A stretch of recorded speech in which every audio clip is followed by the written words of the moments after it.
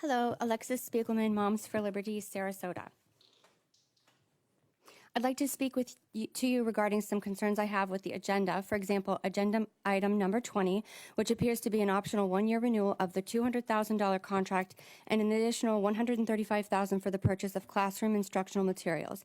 This contract was originally approved back in 2019 and includes 34 different vendors.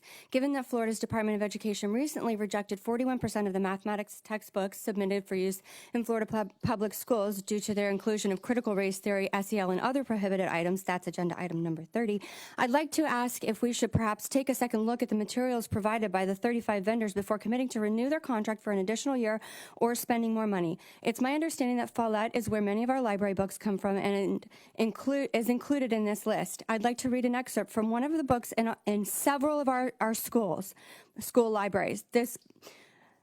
And I apologize in advance, this is very, very graphic, and I'm embarrassed to even read this, but let me know if this is uncomfortable for you.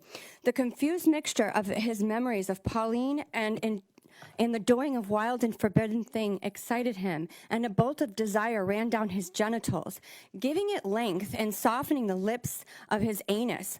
Surrounding all of this lust was a border of politeness. He wanted to F her, I'm not going to say that word out loud, tenderly, but the tenderness would not hold. The tightness of her vagina was more than he could bear. His soul seemed to slip down to his guts and fly out into her, and the gigantic thrust he made into her then provoked the only sound she made, a hollow suck of air in the back of her throat. Removing himself from her was so painful to him, he cut it short and snatched his genitals out of the dry harbor of her vagina.